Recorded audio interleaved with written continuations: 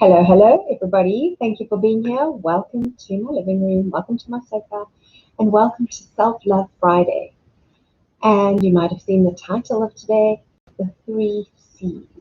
What are the three C's that I see as key components to the self love journey? The journey to back to your inner self, back to your true essence, the journey to uncovering your passion and your purpose. Let's uncover more. Welcome. If you're joining me, let me know where you're joining me from. I'd love to know where you are. Here in England, we are having the most beautiful sunny day that just feels really like spring. And suddenly the Dutch irises in my garden are in full bloom. The crocuses are all open, and it just is, the promise of spring is in the air, and it's beautiful. It feels amazing. So where are you, and what is it like where you are? Welcome here. So the three C's, as I see them, the key components to that self-love journey, back to self, back to your inner being. The first one, hello JJ UK, sunny London. Yes, indeed. I believe I've spoken to a few people today from all around the UK, and I believe it is this sunny spring has sprung feeling everywhere.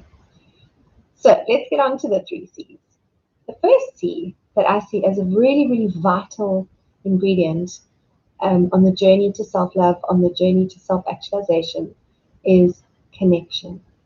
I think it is so important for us to connect first with ourselves. I like to use the analogy of what you would do with, a new friend or a new love interest. When you first meet somebody, it's all about connection. It's about finding out who they are. It's about getting to know them. It's about connecting with that person as they are. And so often, the connection with ourselves, with how we're feeling, with our intuition, with what we sense and what we think, is lost. We are very fully connected with the shoulds of life, the responsibilities, what I should be doing, what I need to achieve, must. But that true connection with our inner being is so easily lost certainly in Western culture, and I know in many cultures of the world where there's just this race to achieve, this race to be more, to get more, to do more. And so I see the first C, the first vital component to that journey back to yourself, as being connection, taking time out to connect. And that's fine. You know, it's quite easy to understand that on a cognitive level. Sure, let me connect with myself. But how? And I mean, I know that I go on about this over and over, is making time for that connection, making time to learn your own signals and triggers, so that when you're in any situation, you actually know how you feel about it. It's not, so often we can be so disconnected with our inner being that right in the middle of an experience, we won't necessarily know how we actually feel until much later, if at all. So often those feelings are buried so quickly that they don't even get a chance to come up much later. So it's about making time to connect, making time to get to know where you're at. A way to do this, as I speak of so often, is setting aside time in the morning for yourself. I do time in the morning and the evening, but I find morning specifically powerful, and I know leaders all over the world speak about the importance of morning time, of connection. And then if you haven't been in touch with your feelings and your inner self for a while, it's about using situations that you've been in as kind of a muscle test. So you could look back on the previous day, look at situations that happened, how they panned out, and then try and get in touch with how you felt. So it's very easy to look at the facts around the situation, what actually happened, who was involved, where you were, and all of the facts around it, and then start digging deeper and just thinking, well, how was my state of being coming out of that experience? And then trying to connect with the feeling. What feeling did I have? How did that make me feel when that happened? And just journaling about it and getting back in touch, making the time for connection. As you know, I really, really believe in breath work and meditation as well for connection. And there are so many resources available. There are apps now to download for these things. They're just online. If you don't want an app, you can just go online, hop on YouTube. Here, it's a wonderful place to find endless resources and ways to do things. So it's about making the time to connect.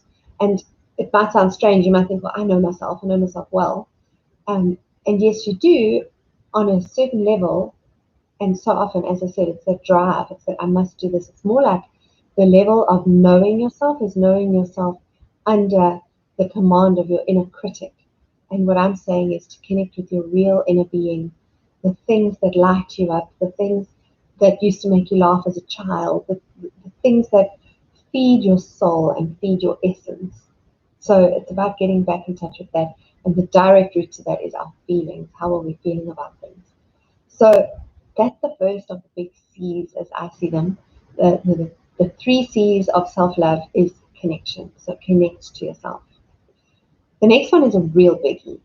And when I talk about the three C's, I actually interchange them and think, well, which one should come first? And it's hard to tell. This one might need to come first, and that is commitment. For any relationship to work, for any project to work, for any vision to work, there needs to be commitment. And I've spoken about this so many times. Commit, commit, commit. I suppose it is the first step. If you really, really want something, commitment is required. And that means showing up. That means doing what you know needs to be done in order for the result, even when you don't feel it, like the connection time.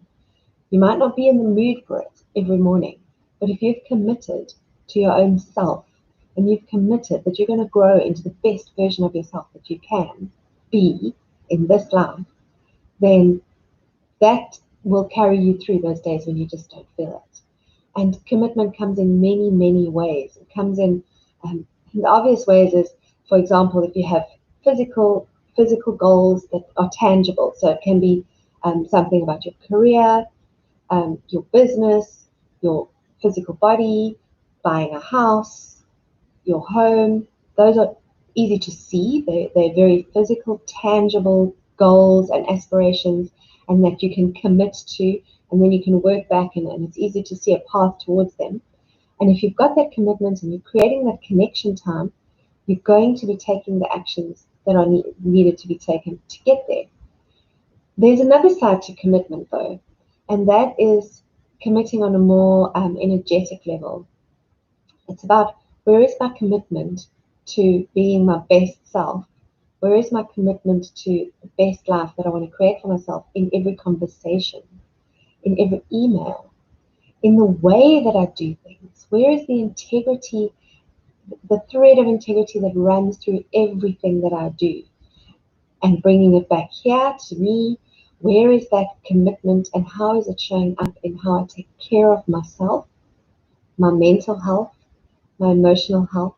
How am I showing up in relationships? And that's all relationships, family, friends, lovers. JJUK, commitment to self and commitment to the goal, project desire. Yes, exactly. And JJ, to your point, I really, really think that commitment to self, if it's in place, first and foremost, the commitment to the project, the goal, the ideals, the vision will follow. And the actions that need to be taken will follow when that commitment is in place. And so that's about, even in conversations, how do you show up for yourself? Where is your commitment to yourself? Little things like time in your calendar. Somebody wants time in your calendar, and it's important to them. It could be equally important to you. However, have you got the resource? Are you able to create that time without overstretching yourself, without overcommitting? Is your commitment in place to check with yourself as much as you check with the other person? Is your commitment in place to you first in order to know that you can show up as your best in that interaction? So perhaps that person wants Friday, and perhaps it might work better for you if you push it out until Monday. And it's about that. It's about in the moment being present enough because you've made that commitment to yourself. So you're present enough in every moment to know how you can put yourself forward at your best, how you can show up for yourself and as yourself, not just as yourself that everyone else wants you to be. JJ, commitment to self even more than anything or anyone else. Yes, absolutely. More than and first. So first commit here. I first need to commit to myself. And it's the age-old analogy of the oxygen masks in the airplane. And I know I've spoken about it before, and I've spoken about the apples and the apple tree. If you want to have the experience of sharing apples with your friends, you have to have apples in your basket to give to your friends. However, key to that is if you want to share the experience, you have to have apples for yourself as well. And that's where I come back to the apple tree. You are the apple tree. So that commitment first needs to be to yourself. Everything that you want to give, share, experience, receive in life starts within. So the second C of self-love is commitment. So connection and commitment, key factors. And from there, everything else flows. And then the third C, I find I have different third C's. So there are probably more than three. But the one I want to talk about today is consistency. I've had in my life so often this thing about not being consistent and then questioning and thinking, well, am I really not consistent? Am I really inconsistent, or do I show up? And I've had quite a journey with the concept of consistency. And what I've come to realize is when there is commitment to self and that connection is happening and it's organically growing and self-love is in place, self-care is in place, and as I said, all underpinned by that commitment, consistency can look different to how most of us might perceive it. Because what then happens is showing up consistently as you are in the moment is what happens. So it might not look the same every day.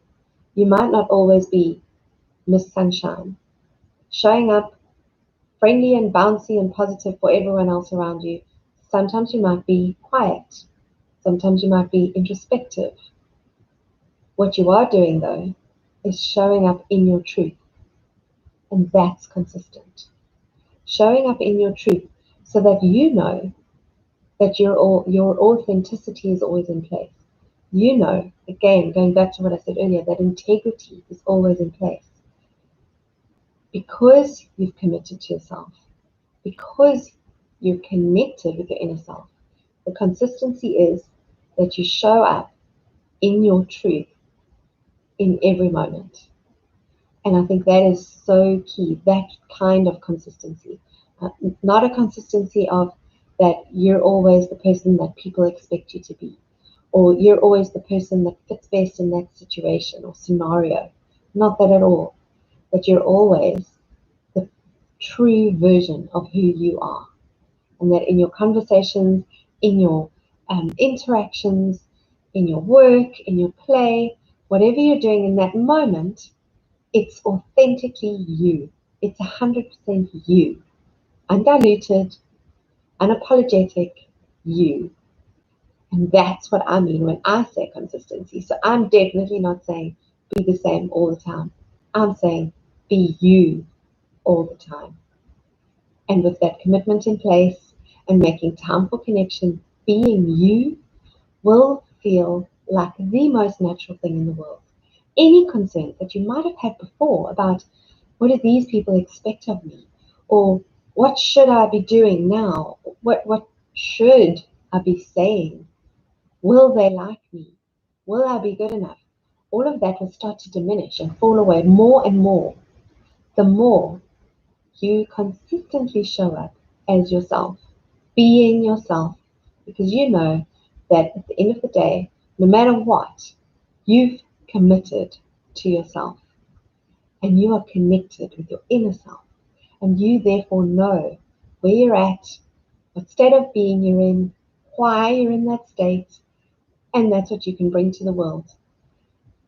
I hope that gives you some food for thought. I hope it gives you some food for feeling. And I really, really hope that you can take your commitment with yourself to the next level. Make time for that connection, and then really, really be consistent in showing up as your true self so that the world can have what you've got. Because you're here for a reason, and that reason is you.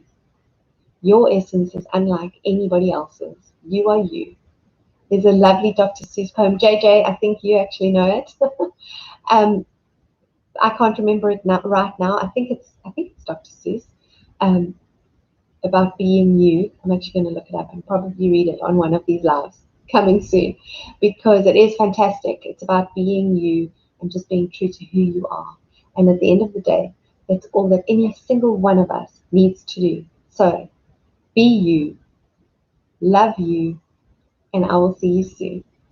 Thank you for being here. Ciao for now.